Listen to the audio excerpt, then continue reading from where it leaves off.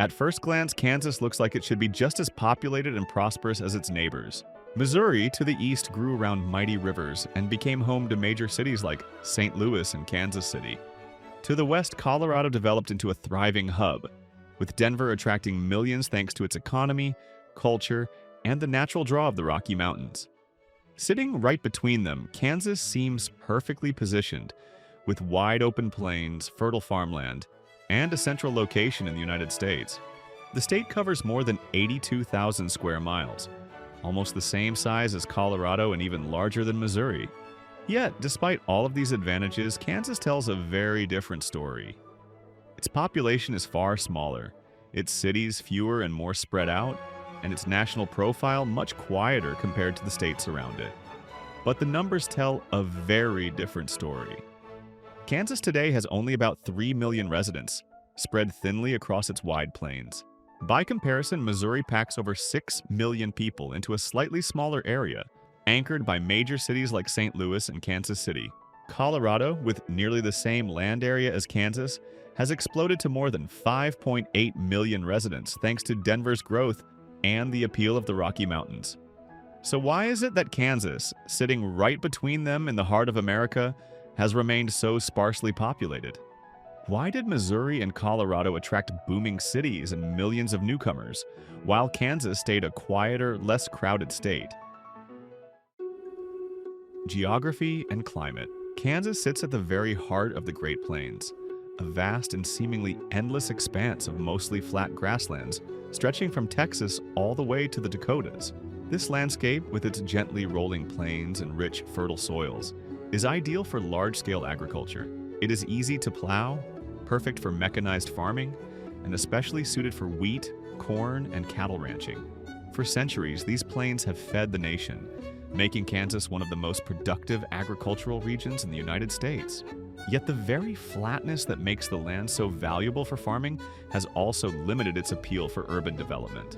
Without rivers deep enough for major shipping ports or mountain ranges that could create natural hubs, Kansas lacked the geographic features that historically encouraged the growth of large cities and diverse industries. In contrast, Missouri benefited immensely from its position along the Mississippi and Missouri rivers. These waterways served as critical arteries for trade and transportation, enabling cities like St. Louis and Kansas City to flourish as commercial and industrial centers from an early date. Colorado, meanwhile, developed around the Rocky Mountains, which not only offered stunning natural landscapes but also rich deposits of gold, silver, and other minerals. The mountains shaped settlement patterns, drew prospectors, and eventually encouraged tourism, while Denver grew as a transportation crossroads connecting the plains with the Rockies. The climate added yet another layer of difficulty. Eastern Kansas generally receives moderate and fairly reliable rainfall, supporting crops and pastures, but as you move west, conditions grow progressively drier. Western Kansas approaches semi-arid conditions, heavily relying on water from the Ogallala Aquifer to sustain agriculture. Over the years, recurring droughts, dust storms, and extreme heat, most famously during the Dust Bowl of the 1930s, forced thousands of families to abandon their farms and seek opportunities elsewhere. The state's location in the heart of Tornado Alley further complicates life with hundreds of severe storms, destructive tornadoes, high winds, and unpredictable weather each year. Temperature extremes, sudden storms, and persistent winds made large-scale settlement risky and discouraged urban clustering. By comparison, Missouri's rivers and fertile valleys provided not only water for crops but also routes for commerce, encouraging dense, long-lasting settlements. Colorado, despite its rugged terrain, offered a milder and drier climate along the Front Range, dramatic landscapes that attracted settlers and tourists, and the economic lure of mining and later technology-driven industries. Agricultural dominance. Kansas has long been known as the wheat state, or the breadbasket of America. Its flat terrain and fertile soils made it one of the most productive farming regions in the world. By the late 19th century, settlers transformed vast prairies into farmland, and agriculture quickly became the backbone of Kansas's economy. Today, Kansas consistently ranks among the top producers of wheat, sorghum, and beef cattle. But this agricultural strength also explains why the state has so few large cities compared to Missouri and Colorado. Farming requires large areas of land and relatively few people. A single modern Kansas farm can cover thousands of acres, operated by just one family with the help of machinery. This means rural populations are spread out rather than clustered in dense urban centers. Missouri followed a different path. While it also had farming, its major rivers allowed for trade, shipping, and industry, fueling the growth of cities like St. Louis and Kansas City. Colorado, meanwhile, diversified early with mining, railroads, tourism, and later technology, which brought waves of new settlers beyond just farmers. Kansas, however, remained heavily rural, with its largest city, Wichita, serving as an aviation hub, but never rivaling Denver or St. Louis in size or influence. The reliance on agriculture also made Kansas vulnerable to boom and bust cycles. During good years, farming brought prosperity, but during droughts, falling crop prices, or crises like the Dust Bowl, families often left the state in search of more stable opportunities. This long-term dependence on farming kept Kansas from developing the kind of diverse economy that attracts large populations. Transportation and trade routes. While Kansas sits in the geographic center of the United States, its location offered fewer advantages for trade and commerce compared to its neighbors. Missouri had two of the most important waterways in American history, the Mississippi River and the Missouri River. These rivers turned St. Louis and Kansas City into thriving trade hubs, connecting farmers, merchants, and manufacturers to markets across the country and beyond.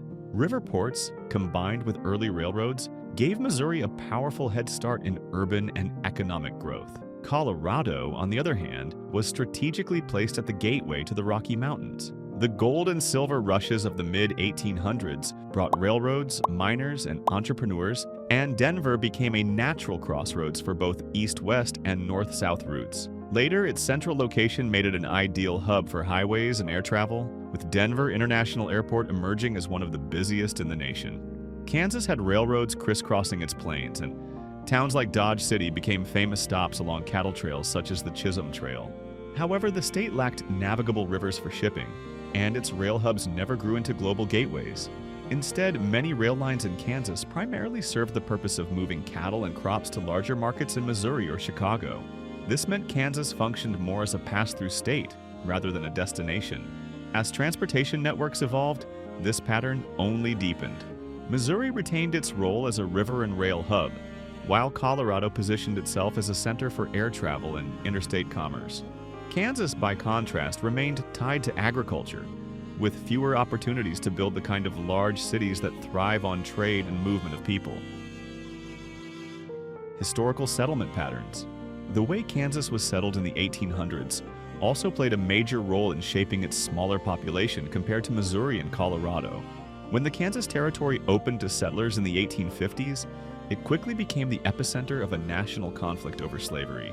The struggle between pro-slavery and anti-slavery groups erupted into violent clashes, earning the period the name Bleeding Kansas. This turmoil slowed stable settlement and discouraged many families who might otherwise have chosen to stay and build permanent communities. Even after Kansas entered the Union as a free state in 1861, it remained largely a frontier zone. Many settlers viewed Kansas not as a final destination, but as a stepping stone on the way farther west.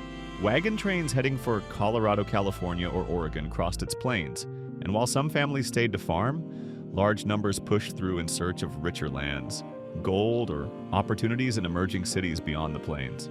Missouri's story was different.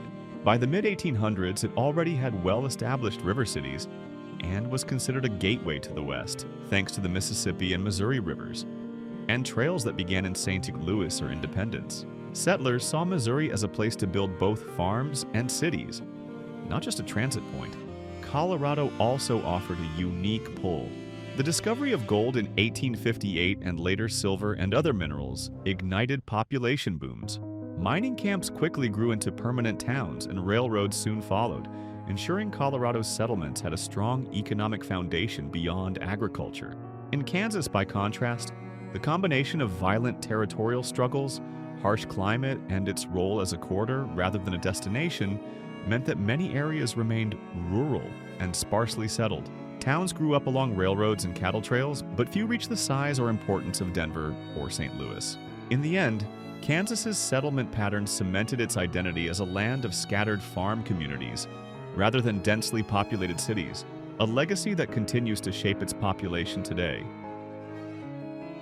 Modern economy. Kansas's economy today continues to reflect its historical roots in agriculture, which helps explain why its population remains smaller than Missouri and Colorado. Farming, ranching, and related industries still dominate large parts of the state, particularly in the western and central regions. Even with technological advances and mechanization, agriculture requires few workers over large areas, meaning rural populations stay sparse. The state does have some urban economic hubs, most notably Wichita, known as the air capital of the world, for its concentration of aircraft manufacturing. Other industries include food processing, machinery, and oil production. However, these sectors are regional rather than national powerhouses, limiting Kansas's ability to attract large numbers of new residents. By contrast, Missouri has developed a diverse, service-based economy centered on finance, healthcare, manufacturing, and transportation. Cities like St. Louis and Kansas City are major economic engines, with jobs that draw people from across the country. Colorado has also diversified far beyond agriculture, leveraging its tech industry, tourism, mining, and energy sector, while Denver has grown into a thriving metropolitan hub that attracts young professionals and new residents at a fast pace. So why does Kansas have so few people compared to Missouri and Colorado? It all comes down to a mix of geography, climate, history, and economy. Its flat plains and extreme weather made dense cities difficult to build. Its agricultural dominance meant that farms could cover thousands of acres with just a few families, keeping populations spread out.